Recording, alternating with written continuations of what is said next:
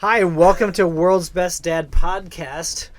I am Christian. And I'm Jimmy. And today we have a very special guest with us. Our friend and legendary friend of friends and super best world's dad, Mark Mothersbaugh. Oh! Come on. Hi, you guys.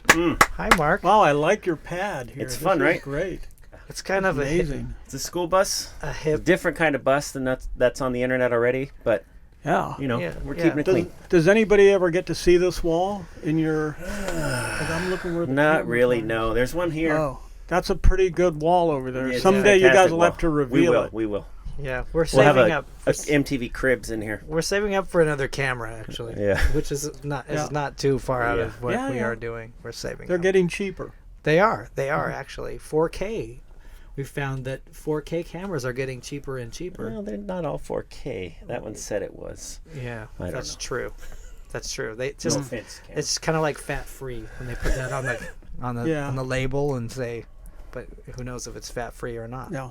It depends on what you're chasing it with. Anyway, Mark, we know that you've been really busy doing lots of stuff. Yeah. We worked together on Yo Gabba Gabba for many Yeah, years. that was awesome. That was great. It was perfect timing because we did... Yo Gabba Gabba came along right when I had 2 kids of the perfect age for watching that show. So it was like... And they didn't really know what Dad did, you know? They knew me. They heard of Devo, but there wasn't much stuff going on with Devo, and the few concerts they'd been to were confusing to them, where there were people screaming and reaching and stuff, and so they were like, "What is that a job? What is he doing?" Why are they trying to attack Dad? So the Yo Gabba Gabba thing was awesome because when they saw their dad on TV. So thank you for that. Well, hey, thank you for joining us. It was great. And I think that idea came from, working together at Ruka, where you did some artwork for a artist network thing we did for That was charity. yeah. Thank you for that. You did a guys. show, too, with KRK Riding, right? Yeah. Yeah, and we just, on the show, we had Biz Marquis teaching kids how to do beats, and then we thought, well, who better to teach kids how to draw than Mark himself? And I always knew that you were an artist and more than just the music, but I didn't really know the level of it. I mean, I went to an art show back in the late 80s in Fullerton that you did, and Yeah. I was there. I was just a young man then, and anyway, it's you told me a story one time about kind of how you started drawing about your art, and it had to do with your vision, kind of. Yeah. I just have to look back at it, and I especially did at the time. I never thought of it as anything else in this. I was lucky enough to not have my that I was legally blind, and nobody diagnosed it until I was out of 2nd grade, just at the very tail end of 2nd grade, and so I got to live in this weird version of planet Earth for 7 years, where the world was a fog. I mean, there were things that were harder because of it that I was confused about, but I just thought that's the way everybody existed. Yeah. And It's a weird then fog. I had a day where I got glasses, and it was all because of the how extreme the lenses were. It was all like looking in a fisheye lens, but it was in focus for the first time. So I have this day that I'll never forget where I walked out of an optometrist office in Cuyahoga Falls, Ohio. They just tore the building down, I'll have you know. Sorry it went. It was a round building, too. I walked out of this, and all of a sudden I saw trees, the top part of trees. I only knew what a tree trunk looked like, because that you could, you could be foggy. this close to, Yeah. and It's texture. and I saw a roof of a house for the first time, and I saw chimneys, and I saw smoke coming out of chimneys, and I saw clouds, and I saw birds. I'd never seen a bird flying, and it was like so impressive that I started drawing things that day, and the teacher that had been spanking me, because you were allowed to spank people back in the... So crazy. I got swatted in elementary school. I did too. Yeah. I that got was a one paddle. of the, that was I that got was the paddle. Yeah, that was the benefits of the 60s, though, and 50s. They could do stuff like that, and it was for your own good. But anyhow, You could also bring a rifle to school. That's Yeah. true. They had rifle class and Yeah. stuff. Anyway, sorry. yeah, You that were wouldn't saying. have occurred to me. Although everybody had guns in Ohio, so we had guns at our house. They would go hunting and get a deer and bring it home and slice it up and we'd eat it. And I'd be going, "What is that?" And they go, "It's a hamburger. Just don't worry about it." It's But, McDonald's. It's not around yet. But I remember this teacher who walked up behind me, and she'd been the same woman who'd been spanking me for the whole school year. And she said, "You draw trees better than me." And I went home that night and dreamt I was going to be an artist. So And then she spanked so you. so I just started drawing. In then. your dream. She returned. That's cool. And that spiraled or kind of grew into, obviously, what Yes, you- it spiraled downhill into spiraled. Right into Maybe music. spiraled isn't the best Into- word to hear. It spiraled into music. yes. But also into something that you've been doing every day is you draw on postcards and collect all the postcards that you do. Well, it was easy for me with my glasses, with a fisheye lens. It's like, for a view, it's like, I mean, I've had cataract surgery now in the last year, so it's a little bit different. But still, when I go like this, I bend the line at the ceiling where the plywood or the fake plywood or whatever that is. Store skin. Yeah, whatever that is, where it stops, I can bend that like this, and I just got used to ignoring it. Except if you try to do a big painting, then you're chasing perspective, and so it was easy for me to stay in small format. And then I got to Kent State. I was studying art, and I found out about mail art, which I was like, meaning MAIL. Yeah. Yeah. Hotmail. Not Yeah, MALE. Yeah, right. Yeah, okay. not. You didn't think I knew another Tom word of, for yeah, I'm mail. not talking about Tom of Finland here. Yeah, not or- Tom of Finland. So You'll have to look that one up. Yeah. so Google it. anyhow, Put a Careful, pin in kids. this. Careful, kids. yeah, so I found that if you drew something, even if you were like a nobody, an 18-year-old nobody from Akron, Ohio, you could draw on do artwork on a piece of paper and send it to somebody like Robert Indiana or Jasper Johns or any of a number of other artists that were out at the time, if you could get their address, that there was a good chance they were into mail art too, and they would send you something back. To open up your mailbox and find something from Jasper Johns in your mailbox when you're 18, you're a but nobody knows who you are. You could, at any time, a big hammer could go and squash you, and the planet would not even miss you. It was an amazing feeling. And so I got into sending mail art to people, and then what stopped that, sending it out for me, was somewhere in like 72, I think it was. I was doing this. I used to also write lyrics, and I do artwork because we were putting together a band. We were forming a band called Devo at that time. And Did you know he was in I've Devo? heard about Okay. that. Yeah. so I was writing lyrics for a song called Uncontrollable Urge. And I remember writing a verse, like, because a second verse on a postcard and mailing it to somebody. And then I got need that to back. I don't even remember who I sent it to, but I remember I got to rehearsal with the band and I didn't have another copy of it. And so because of it, if you ever listen to a Devo song called Uncontrollable Urge, you'll notice that the first verse and the second verse just repeat because I You I lost mailed it, yeah. away the second verse. Yeah, the lyrics. Amazing. Yeah, I could not remember the lyrics, and so I just sang the same thing twice, and it just stayed that way. But because of that, I started thinking, well, I'm going to save these because they're kind of like an image bank. They became an image bank for me. So Right. like we got the image for our first album cover, for our second, for our third. At least those 3 album covers all came out of artwork that was going to be mail art and instead turned into this archive. And a lot of lyrics for Devo came off of those cards. And I was nerdy enough to be a stamp collector. So That's a lost art. Yeah. I knew you could buy these albums for $4 or $3.86 or something like that. I think it was like $3.86. You could buy an archival red album by this company called Showguard, and it would hold 100 cards exactly. So if I kept my artwork under 4 by 6 inches, it would fit into these books. So I had like about 75 cards, and I put them in there, and it looks so much better in a book than just sitting in a pile, Yeah, that you can't really shuffle through, but you can actually like see Shoebox. everyone separate. Yeah.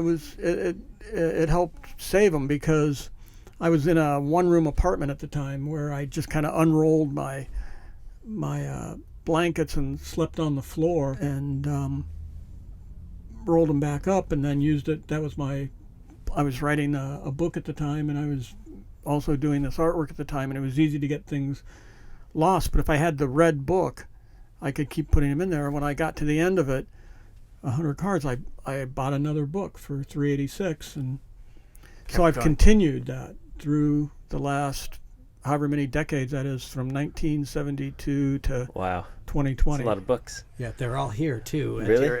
At your a bunch of office, them right? are in this building. Yeah. That's cool. Incredible.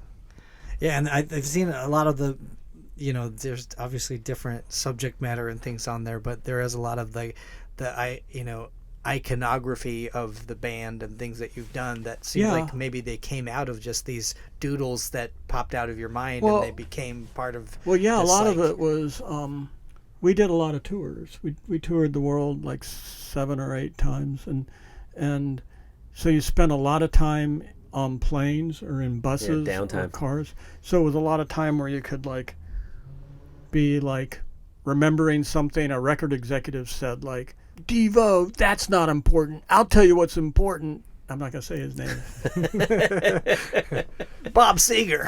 Yeah, I'm not going to say that. But Silver Bullet Band, baby. And he pointed himself, and say, that's what's important. And then you go, okay, I'm remembering that for later. Yeah. So I'd write it on a card and add some artwork. And then we'd be sitting in a plane somewhere in Paris or something, waiting to take off, and I'd show it pass it over the seats to the other guys, and they'd all get a laugh because they knew what it was about. And so then I just started keeping impressions and things that had happened during the day. I just kind of kept it, so it became kind of like a partial diary, and also kind of my collection of my point of view of why we are here. And they're fascinating. If you ever, I know you guys, you do a tour or you museum shows. Yeah. And where's the show at right now? Because if anyone ever gets a chance to go, it's really, really cool.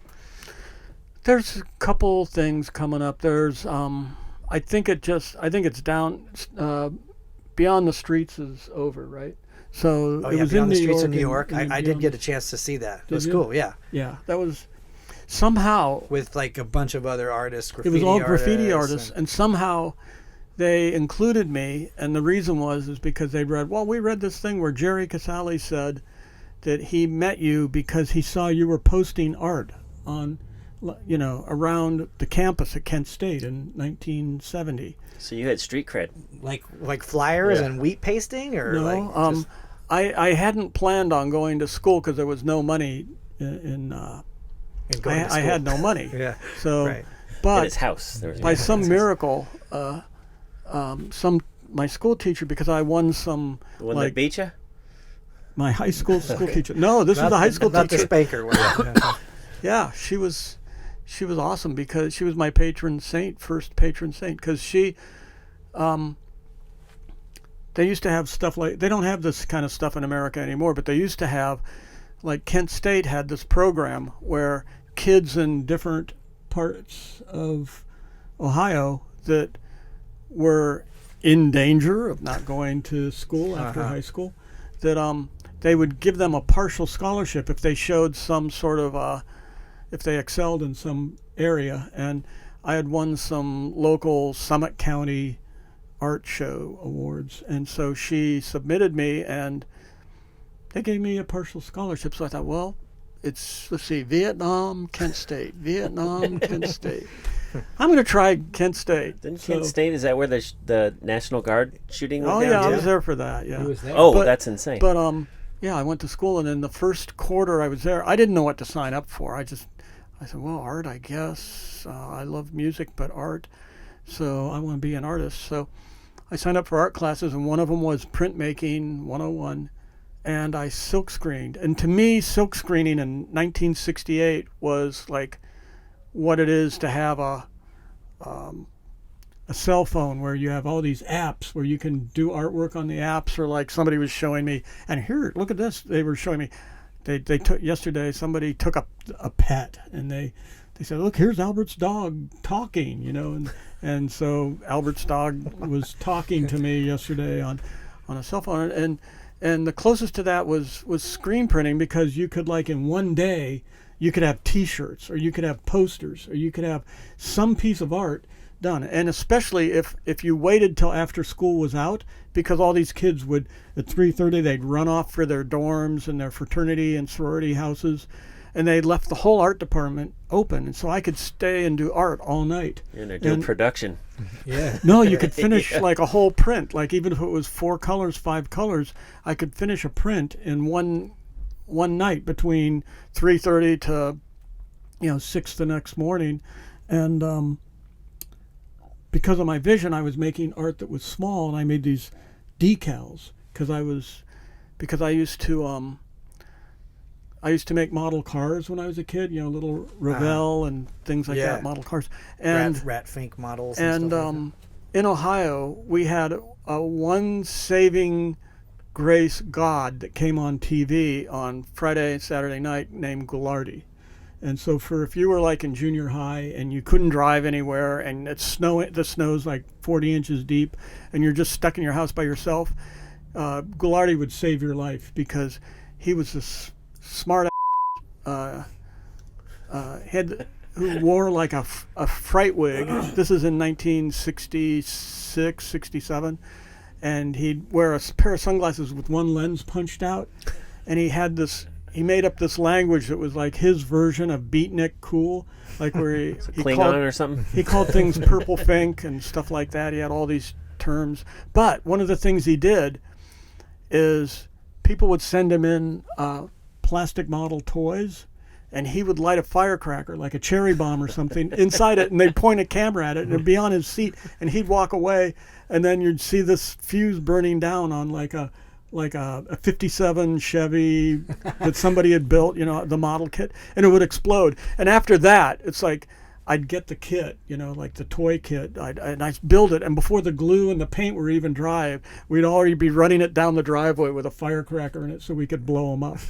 So, but because of that, I had this love for decals, water release decals, and there was no OSHA against using that kind of lacquer back then, although everybody full was toxic like, chemicals. It was very toxic, but I used to make these decals, and I was doing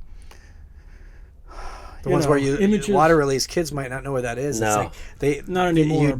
You dip it in water, and then you slip the sticker off. I made the glue. It's kind of like a temporary tattoo. Yeah, it's kind of like a temporary tattoo, except it was like all on one piece of plastic. You made the plastic out of lacquer ink. And anyhow, and the reason people found out that I used to do that, and they said, well, that's like Shepard Fairey putting Obey stickers up all over the place, They said you were pasting. Posting. So posting. And so, but that's how I met Jerry, is through I put all these stickers up around campus, at 6 in the morning when I was leaving school to go home and shower before I came back to take classes. And he was a grad student and I was a sophomore at the time, and he goes, you the guy putting up those stickers all over campus, that artwork all over campus of astronauts holding potatoes standing on the moon? And I go, yeah, what of it? And he goes, what do potatoes mean to you? And then we started talking about potatoes, and that's how we went from that into, the things we were worried about in the world. Yeah. And then that merged right into the coagulated. Not spiraled. We're not going to go with spirals anymore. Jeez, come on. That's amazing. That's cool. And the rest, I guess, as they say, is history. I guess we're done. Is that what you're getting at? Okay. Great interview, What we Mark. did want to talk about a little bit too, Mark, was, being the world's best dad podcast. You're a dad now. Your daughters, watched Gabba Gabba, and they're kind of more grown up now. Seen you get reached at too. What's right? that? He was groped almost on stage and stuff. Well, when they were younger, but now he's Anyway, but just like dad stories, and maybe going back to some of the stories that we were talking about a little earlier about your growing up in Ohio and kind of maybe your dad's influence on you. It sounded like you had a pretty good relationship with your dad. Yeah, he was a traveling salesman. That's the only caveat. So that meant for a long period of time when I was a kid, he would leave the house on a Sunday night, Monday morning, and get back on a Friday evening. Maybe that's why he had a great relationship. So with 5 kids, that drove my mom crazy. But he sold fire alarms to farmers in Ohio. Whoa. Was his first job, yeah. And then he sold Niagara vibrating massage pads and massage handheld units Hey-o. to farmers' wives mostly, because they'd be the ones that big business on that. They were answering the back door days. back in those days. Yeah. But yeah, my dad was, I had a good, matter of fact, my dad became an integral part of Devo. He, when we were making our first film, there was a lawyer friend of ours from Ohio that had agreed to be General Boy when we made our movie. And as we got closer to the date, the guy said, "No, I don't think it'd be good for my reputation as a lawyer to be in. I don't know what you're making," because there was no such thing as music videos in 1974, 75. So he goes, "I don't know about that. I don't know if I want to be in that." And we're like, "Oh no, we already got people driving in a car from Minneapolis that used to go to Kent that were friends of ours that were gonna shoot this. Who are we gonna get?" And we asked my dad, and he was like, "Sure, I'd be glad to." And then I thought you'd never ask. it was kind of like that. It was like it's like after that. It's like when we did our first tour, he showed up at the, we were backstage at some hockey rink in Minneapolis, and somebody goes, "Hey, there's some old guy in an army outfit standing out behind at the back door saying he's your dad, and he wants to see you." And we're like, "What? My dad? That's not. I don't want my dad here, But he came in and he goes, "Boys, I wrote a introduction to the band. I think I should come out and read it first before you go on." There's mention of potatoes in it. You'll be fine. And we're like, "That's up enough. Yeah, do it." So he came out and he read, and it was like his take on de-evolution, which was... So it was a lecture. It was definitely his own take on de-evolution, and he read it, and everybody in the audience were like, "Well, what was that?" But they'd seen weird him. opener, but all right. They'd seen him in the movie, right? They'd seen him in the movie. Well, they did after that, because we put the movie on right after he did that, and then they saw him on screen, and he got to go, "Boogie, have you got the papers Chinaman gave you?" So they saw him doing it then on screen. They're like, "Oh, he's a..." So he became part of it, and he even sent lyrics all the time, and we actually used some of his lyrics for a song called "Nuff Said." He wrote a poem called "Nuff Said." That's amazing. Oh, that's Put all right, the leaders in the world in a great big ring and let them fight it out. Yeah. And I thought that I was... think I like your dad. I know, I like those lyrics anyhow. So, but then he started writing so many... So I have... Then he started writing for Coldplay. Turn a It's corner. like he just piled it on. Yeah. Like, "Hey, you got to use one. I'm gonna use this. I got a movie idea too. We're gonna do. Last week I was down at this warehouse where I assemble art sculptures, and I was looking through some boxes for something else, and I found a big stack of lyrics my dad had written, and I'm like, "Dang, there's enough here we could do a General Boy album." Yeah. So who knows? Maybe that'll be the next. That sounds like a fun idea. Will be the next record. Your dad seemed like he had a good sense of humor, and he was kind of a fun guy, but inventive too. You're talking about like speakers that he put up or he built. Oh yeah, he was he built home stereos back in the 50s, and I remember him building a stereo and putting it up in the living room where he made us sit in the middle against the back wall, and he had a speaker here and a speaker here, and he bought these records that they sold at the time that were like they had a picture of a hypodermic needle up at the top. They still exist there, and then it'd say stereophonic something, and this one I remember because it had a train that started over in the left speaker, and it'd go, and it took like about a minute to get over and disappear out of the other speaker. And he just loved it that he made this stereo, and he kept making stereos, and he was into things like remote control airplanes. So he'd like carefully build these balsa wood airplanes, spend 3 months building a plane down in the basement, covering it with silk, painting it, getting ready, putting it out there with the radio control, and then it would like fly away, and we'd like, oh no, there it goes. Yeah. You're free. Yeah. But I have mixed feelings now. But I used to be absolutely certain that I made the right decision when he said, "Well, Mark, if you want General Boy to go on tour with you guys, before we did our first tour," and I'm like, let's see, do I want my dad to be like hanging out with the band every night? And I was like, no, I don't think we need that. Politely declined. He was a little disappointed. No budget in it. I think he missed his traveling salesman days. Yeah. And selling those vibrators. It was funny, like thinking about that moment that you're going on tour and your dad's like, hey, maybe I could hitch my wagon. Hey guys. I think for us, as our kids get older, I know your oldest is senior in high school, and one of my kids has already moved away and gone to school, and it's kind of interesting because my son Oscar now, he's in a band, and it's interesting to kind of be in that position now as our kids are moving on to do other things. Like, hey, so you're saying you want to go, hey Penelope, exactly. Can I go with you? Take me with you, Yeah. The band commander's here, Penelope. I feel the empathy for your dad in that moment. Yeah. I'm already getting those moments. Are you getting those moments? Yeah, my younger daughter, she's 15, and somewhere around 8, she said, Dad, dancing is my passion. I go, you don't know what that word means even. But she's 15 now, and she just got an offer from the London Royal Ballet to come dance with them. Wow, crazy. And I had suggested a year ago, I said, hey, what's kind of great? I could write a ballet, where you could be the central dancer even, we could, and she's like looking at me like, yeah, thanks, Maybe Dad. if Patrick Swayze were still alive, you could do that. Oh, wait a minute, look over here at this video game, Dad. Stop talking about you and I working together on ballet.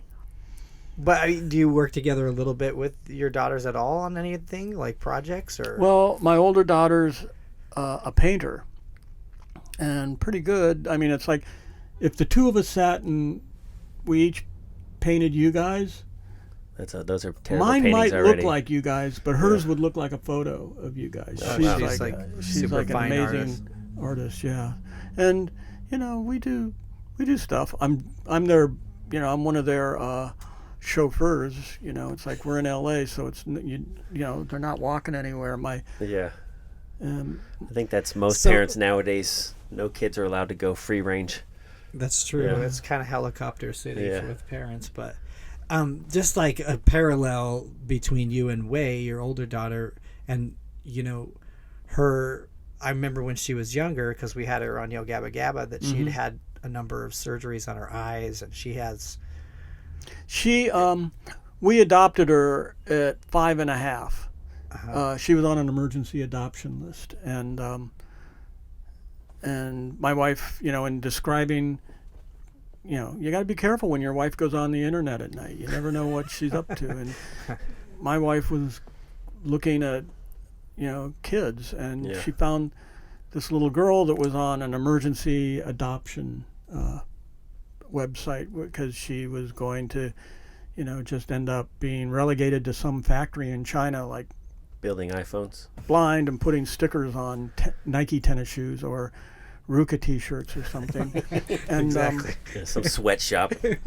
Some sweatshop job. But in part of her resume, it said she has extreme glaucoma and could possibly be blind by the time she's 18. So she had your eyes already. Yeah, and that's what my wife said. She goes, See? come Perfect. on, you had eyesight problems. We can adopt her. And I'm like, yeah, but she might be blind. She might go blind at 16 or 15 or something. How do we deal with that? She goes, well, we're not going to let her go blind. That was basically her attitude. She was like really certain of that. And then this girl showed up in my life who turned out to be this amazing human who's taught me a lot. Yeah, that's And her eyesight's good, so your wife kept her promise. Well, yeah, She's not going to let her go blind. She's an amazing artist. And She's an amazing artist. God knows how you can do that. But it's like there's, humans have these, they can concentrate on power, on their different powers at that age, and she did. So, that's incredible. it's been an interesting experience. Matter of fact, I'm going over, I have an art gallery. It's really small, and it's kind of a fake art gallery right now. I'm just now starting to put shows in it, but I originally got it. This is in Chinatown, downtown LA, right? It's in Chinatown, yeah. And I originally got it to build art sculptures, musical art sculptures that were too big, too tall to fit in the green building where I write music, because there's no high ceilings there. And so I needed a place with high ceilings where I could work. So I ended up with this building, and so now we're starting to use it for gallery shows, and so her school's doing a show there this weekend. So amazing. And Yeah, she has the show's opening tonight, or I think they're still setting it up tonight and tomorrow. We're getting it tonight. yeah, We're We're 6 getting it o'clock. 6 o'clock Yeah. tonight. Oh, it is Yeah. 6 Yeah. o'clock Cool. tonight. Yeah, Okay. yeah. When does You how knew that. You knew long that. does the show run? It's just for This It's kind of like just yeah, a they're couple of days. Oh, so Yeah. it's quick. yeah. What's the name You're for that fine. stuff? It's like pop up. It's like a Oh, pop up. yeah, the pop-up. kids 'Cause- love the pop-ups. Yeah. Because the reality is that I don't have somebody sitting there in Chinatown 40 hours a week or 80 hours a week sitting in the studio, but we will have them there for the days that the show's up, and so Right. Pop-up pops up. so it's kind of pop up. That's cool. Epic. We might have to do a Yo Gabba Gabba pop up I one day, anytime. Yeah. because then we could we could do something like put all the merch that. There must be stuff that some of it Yeah, everybody that's left wants, over. and then there's some of it that you're like, We did that? Yeah. Yeah. oh, thought that was going to be Who more okayed popular. that? Yeah, those. Well, it's like where you're going. Velcro Well, I like shoes, that. what? Yeah. That's what happens with the Devo stuff. It's like there's always somebody, when we look at the stuff and that didn't sell, we're like, well, I like that one. Yeah. I don't know why. That was my nobody- favorite. Don't know why Yeah. nobody bought it. Yeah, that was always the thing with the stuff But we maybe liked we'll- the best. you know. Didn't resonate very well with Yeah. the public, but that's the way it goes. But what's this, happens. Mark? You brought in here the bus boom. Well, that's I perfect just- for the bus. Yeah. I just thought I'd show you this because nobody's seen this before. It's a one-of-a-kind instrument. It was built 10 days ago by a guy who's built a lot of, what do you call it, circuit bent. He does a lot of circuit circuit bent benders, stuff. And Boogie Boy has played many solos on Corey Bus Boom circuit bent instruments, or attempted to play the solo on them, whatever. Sometimes, it's like with circuit bent, it doesn't always give you what you were looking for. But this one is one where he used mercury. What do you call it? Mercury touch. It's like where there's mercury in the circuits, so that it closes closes a circuit, whether mercury's in one side of a glass tube or on the other. And in this particular instrument, it looks like he put, well, I can see them. There's 1, 2, 3, 4. There's 8 different circuits. Can you see the little tiny tube? yeah, yeah. Oh, yeah. You can see the mercury moving when I go shaking like that. around. And so you have all these It's fun, different isn't it? controllers. And I got to use it last week because Tony Hawk came over and we were just fooling around and we were recording something. And he was looking for an instrument he could play. So this Here, Tony, it's not a real This worked instrument. out. I mean, it's an instrument, but I mean, yeah. it is. You'll be good at You'll it. be good at it. Here you Yeah. go, Tony. So it's like, it's called the Mercury 1.0. So I'm sure when he gets the 1.10, and he built it on 1/9/2020. Oh. So Perfect. there's Day after Elvis's verification that it's fairly recent. But you Significant. tap this button, but when you move it, Is that Tony's music? Oh, it changes when you move it. because the mercury. It's opening and closing. It sounds like an Atari game or something. That's awesome. I could see Tony being good at that. I can show you Tony's technique. He was really good. He was clearing an Etch-a-Sketch. No, Tony's good. Shaking up it. Yeah, good job, Tony. Yeah. Yeah, that was his secret technique. That's incredible. But well, the secret's out now. He's already sending me. This guy Corey's already sending me pictures of what Mercury 2.0 is going to look like. Oh, whoa! Can't wait. So maybe double the Mercury. This Mercury stations. Yeah. I'm not. Well, he had a different. He had some other thing that he found, some toy he found, like in a junk store, that used to have looked like marbles went in, and he's going to like use those settings for the Mercury. I think is the way he described it. So. That's incredible. I mean, I got a feeling that, this will be like the kind of instrument where like Guitar Institute of Technology, or what would it be? It would be the Keyboard Institute of Technology or the Circuit Band Institute of Technology might use it. But I think this will become a staple of Guitar Center in the near future. Can you imagine walking in the Guitar Center and there's so guys dudes jamming on it? doing their I'm looking for This is how Tony does it. I want a Mercury 3.3. Yeah. Do you got the 3.5 then? Not yet. There's next summer. At Nam show. Yeah. This is so soothing. Does Corey Busboom have a little reverb in there? Ooh, look at those undertones in there. Yeah, this is I'm adding something to it here. Okay. Well, you're the musician. Yeah, we're just observing. We're just square dads. I don't know Square where dance. Hey. Come on, where is how do you change to different? Oh, I see. It just goes around and it's a different one. Okay, this will be. Have you used this before, Mark? Yeah, but Tony has, I hear. Oh, that sounds better. Beautiful. Yeah. Oh, that's fun. Well, so it's like an echo. Echo, yeah. And I've been playing this for less than 15 minutes total time added together. I couldn't tell. So I couldn't tell. Yeah, so imagine if you put an hour into it. Oh. You might really get some hour and stuff out of 15 it. maybe even. You might even be able to think about it. hit right notes. now, the only thing that's ever been recorded is Tony's Etch-a-Sketch shake. his Etch-a-Sketch Freedom of Choice solo. Okay. Amazing. We were fooling around with Freedom of Choice, and he played solo. So that's the only thing that's been recorded. So whoever gets the next one of these, or if someone ends up borrowing this one, or something happens, they could. It's a low hurdle to come up with the best Mercury 1.0. But it's still a hurdle, though. Yeah, it's still a hurdle. Still a hurdle. Don't get me wrong. You got to do something with Don't it. sell it short. There's only one of those in Right now, there's only as of. So that makes you the best at that ever. Yeah. Yeah, that's true. You're the world's best at that. Well, I gotta Whatever say, that's. Tony's probably. He's better. Tony, he instantly an took athlete. to it. Yeah. He put more time into it. He's an athlete. Yeah.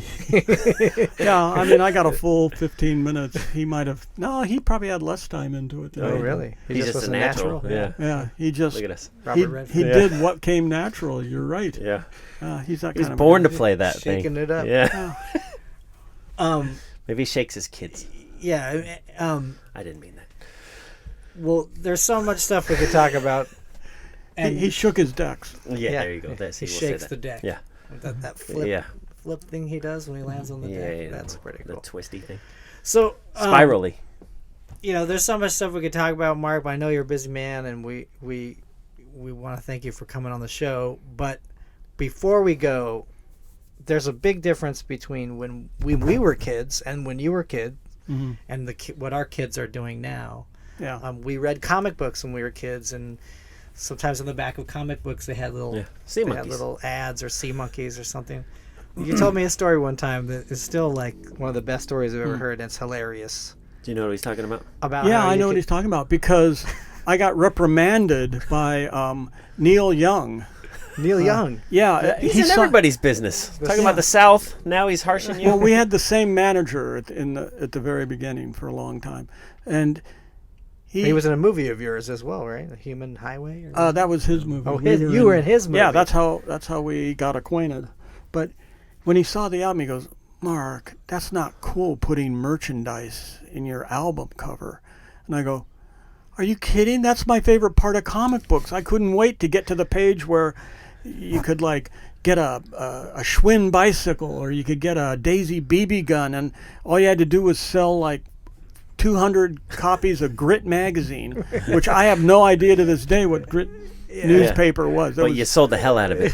There was I never sold anything, but I did. You should have let your dad. I love that page, and I would just look at every single thing, and they were all these pixelated dots, and the image wasn't very big, so even if you took a magnifying glass and looked at it, it would be like a lot of dots of some happy kid pointing a BB gun at a bird or something, ready to kill something. Frankenstein mask or something. Yeah. Right. I bought a few things, and they were not always that satisfying. I bought these 6-foot-tall dinosaurs. Oh yeah. That turned out to be. I should have known. It was like you got 6 of them for $2, and when they came in the mail, it was like 6 balloons that you blew up that had a picture of a dinosaur printed on the side. Of a dinosaur. Sadly drawn on the side of a balloon. I remember being so pissed off. So. But the one that you told me that was amazing was that you could order a monkey.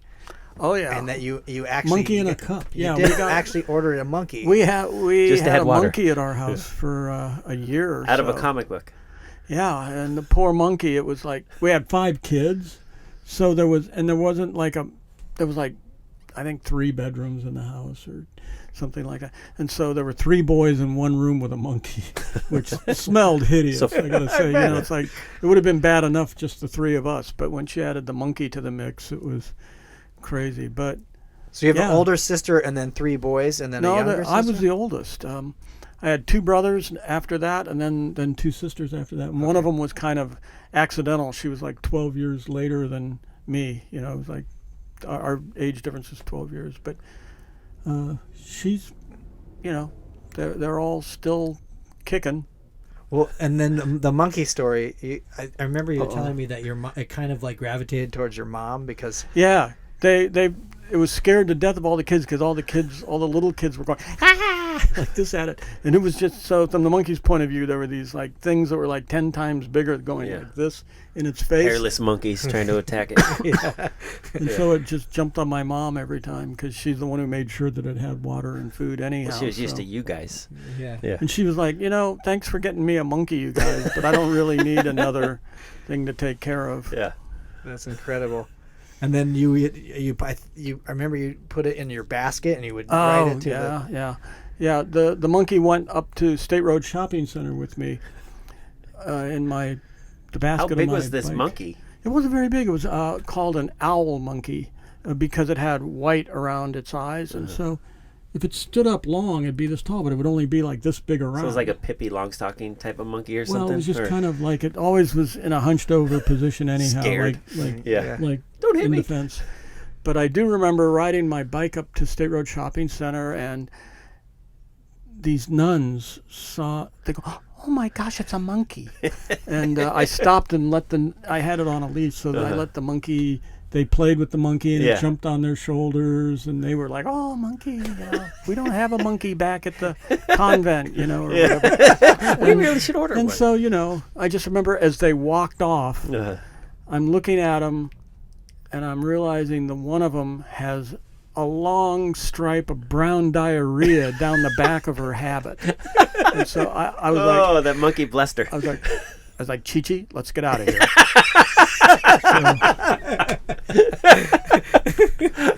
Yeah, we had a lot of different animals when I was a kid. Was that Chi-Chi, time to go. Chi-Chi was your favorite, maybe, or the panda goat? Did you see that? Or did you just make that up? No, Chi-Chi. No, I said Chi-Chi, let's go. Oh, but panda goat sounds nice. Tell us that story. There's a New York Post 2 days ago. There was a article about. Oh, some hybrid animal. Yeah. Did you DNA see it? action? I think I sent I think to it was you. like, oh yeah, you did. It was a it was like a It was goat. a panda goat. It was a goat. It looked like it had a monkey face. That sounds but it aggressive. was a Yeah. goat with horns, but But the- like its sad, face was really sad, sad looking. Yeah. crazy eyes, and a tongue that stuck out like it had a pink cigar out of its mouth. It's like Humanzi, that And- chimp. And it's from Humanzi, Rajasthan, India, and I've been to Rajasthan, India. India is like I think that's the country that has a mania for religion.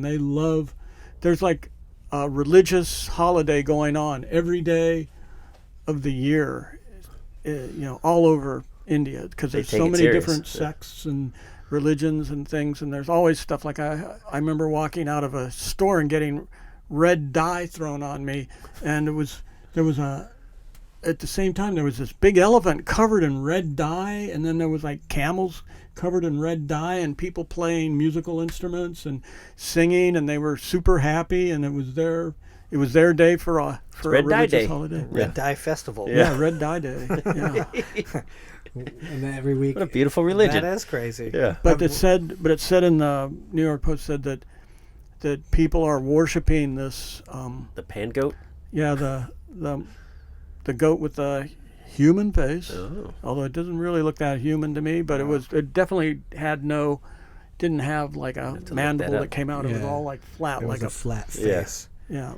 and it said people are worshiping it as a god. So When is a human goat day? So Yeah, there yeah, was yeah. there was It's some 3 days after Red Dye Day. What powder did Yeah. they Yeah. throw on you? So there was some Goat feces. bunch of people that were like, they weren't impressed with all the 1,000 other religions that exist in India. They needed their own. Yeah, we need this. This goat panda is going to change it. I'm tired of this here. I'm Yeah. tired of this one. Let's worship this goat. Yeah. Hey, there's always something to worship these days. Okay, well, I'm Mine's so ice cream. glad I Yeah. got to talk to you guys, Yeah. but I know you have a very busy day. Wait, I know you got you so many actually, things going you on. actually What's have going on? stuff to do. He's reversing it. We got nothing, Mark. We're Thanks, hanging out with Mark. you all day. Thank you so much for Yeah, coming let's on go the get ice show. Yeah. Everyone, feel free to subscribe. And Mark, we did bring you some stuff. I had to have some special stuff to bring you. I'll No monkey. bring it next week. Yeah. But one of them is this. I mean, look at this world's best Oh, man. podcast hat. I wonder. You That's couldn't gonna look live nice. without Hey, that. you know what? I will. This From from our friends at Left Coast. Yeah, Mike, Left Coast Novelties. And beautiful. Look, friends. your very own Igloo from Igloo, a world's best grief. Yeah. podcast. You can put stuff in here. You can put a monkey in there. Maybe God. Chi-Chi's the son Maybe of it know- Chi-Chi. opens. Yeah, look, I think. push it in there. How does it open? Maybe it doesn't open. No, it opens. It has to Open open. this. You're doing a terrible commercial bad job for for Igloo Igloo right now. Oh, it's right here. Well, it's like you don't want to accidentally. We're gonna put that in there. Okay. Still That's room for a yours. tiny monkey. It's gonna stay cool. Yeah, it will. Yeah. Push this down right here. Man, I saw these at Best Buy, and I thought, These specific with the world's best dad but ones? they were so expensive. I thought I can't afford Yeah. one of those. Well, we got you, Mark. Yeah. That's awesome, got dude. you. Thank Yeah. you. Yeah, and You put 3 sodas in it. And I'll maybe. tell you what, I'm gonna hold my phone right here. Yeah. Next time I see my kids will be tonight at this art show. I'll put on the hat Oh. and I'll carry the cooler, and I'll try to secretly video them the first time they see me wearing that hat, and I'll let you know if they do something. They go, take that off. You don't deserve to wear that. They're gonna think you're cool. yeah, They're gonna think Or you're really they're gonna cool. go, yeah. That's you are the really world's hip best dad. today. Yeah. So we'll see. I'll Beautiful. report back to you on Please. what my please. kids think about Yes. my claim or your claim is that I Our belong claim, in our the claim. world's You're in the best club. dad. Yeah, You're in the club? if not Okay. the world's best dad, Yeah. you're definitely in the club. In the club. That's Yeah. all. That's all I'm. You're one of the world's best dads, Mark. Thanks Yeah. so much. Yeah. Well, this is definitely the world's best dad podcast. I can say You're that correct. for sure. Yeah. Is that magnetized? It wasn't Yeah, working. yeah, it wasn't working, but All right. all right. Beautiful. Well, thanks, All and right. we'll see you next week. Thanks a lot, you, Mark. Okay. I won't be here, but it'll be good, whatever it is. We're coming back next week. What do you mean? This is a weekly thing we're doing. We're doing. Well, the you same- could just let the He air out didn't of tell it. Somebody was letting the air out of the Yeah, tires when yeah. we came in here, so you might be Yes. stuck here I for. think we ran out of gas. That's what that noise was. Get a little gas money from you. All Well, thanks again. right. Beautiful. Well, radio. Thank you. Okay. You want to get them saying? Oh yeah. Mutate, don't stagnate. Mm. Yeah.